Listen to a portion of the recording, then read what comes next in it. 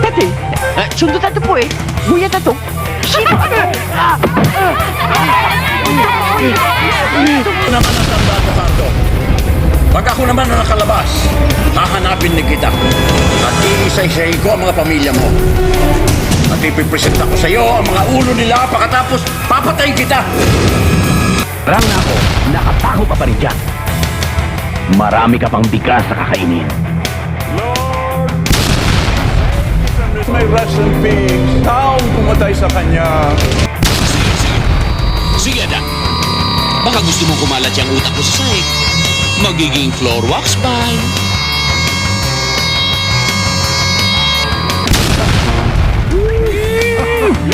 Sabi nga ng lola ko, huwag muna akong mag-aasawa ng hapon eh.